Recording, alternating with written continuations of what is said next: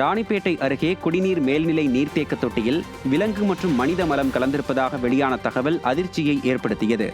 சிப்காட் அரசு உயர்நிலைப் பள்ளி மைதானத்தில் உள்ள மேல்நிலை நீர்த்தேக்க தொட்டியில் விலங்கு மற்றும் மனித மலம் கலந்திருப்பதாக கூறி அந்த பகுதி மக்கள் போராட்டத்தில் ஈடுபட்டனர். இதையடுத்து மேல்நிலை நீர்த்தேக்க தொட்டியில் இருந்த குடிநீர் முழுவதும் வெளியேற்றப்பட்டு தூய்மைப்படுத்தும் பணி நடைபெற்றது.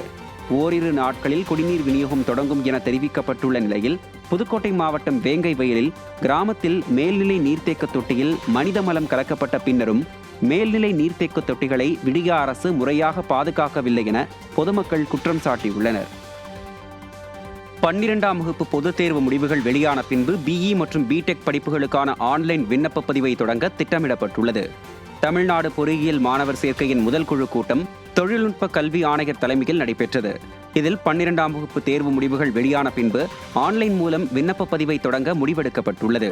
அண்ணா பல்கலைக்கழகத்தின் கட்டுப்பாட்டில் இயங்கும் பொறியியல் கல்லூரிகளில் 2024-25ஆம் கல்வியாண்டில் மாணவர் சேர்க்கைக்கு அங்கீகாரம் பெறப்பட்டுள்ளது. அதேபோல அண்ணா பல்கலைக்கழகத்தின் கீழ் செயல்படும் கிண்டி பொறியியல் கல்லூரி, அழகப்பா பொறியியல் கல்லூரி, அண்ணா பல்கலைக்கழகத்தின் உறுப்பு கல்லூரிகள் என மொத்தம் 429 பொறியியல் கல்லூரிகளில் மாணவர்கள் சேர்க்கைக்கு அனுமதி அளிக்கப்பட்டுள்ளது. சென்னை விமான நிலையத்தில் விமானங்களின் மீது லேசர் ஒளி அடிக்கும் மர்ம நபர்கள் குறித்து பொதுமக்கள் தகவல் அளிக்கும்படி இந்திய விமான நிலைய ஆணையம் தெரிவித்துள்ளது. சென்னை விமான நிலையத்தில் கடந்த சில ஆண்டுகளாக வெளிநாடுகள் மற்றும் வெளிமாநிலங்களில் இருந்து வரும் விமானங்கள் ஓடு பாதையில் தரையிறங்குவதற்காக தாழ்வாக பறக்கும்போது விமானத்தை நோக்கி லேசர் ஒளி அடிப்பது தொடர்கதையாகி வருகிறது.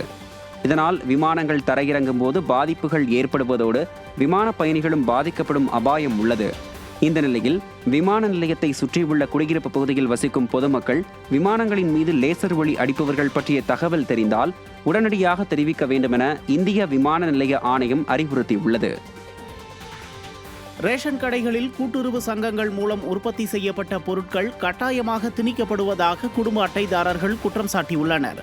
தமிழகம் முழுவதும் உள்ள ரேஷன் கடைகளில் கூட்டுறவு சங்கங்கள் மூலம் உற்பத்தி செய்யப்படும் டீ தூள், மைதா, சோப், மசாலா பொருட்கள் உள்ளிட்டவற்றை வாங்கினால் மட்டுமே ரேஷன் கடை ஊழியர்கள் அரிசி, சர்க்கரை உள்ளிட்ட பொருட்களை குடும்ப அட்டைதாரர்களுக்கு வழங்குவதாக கூறப்படுகிறது.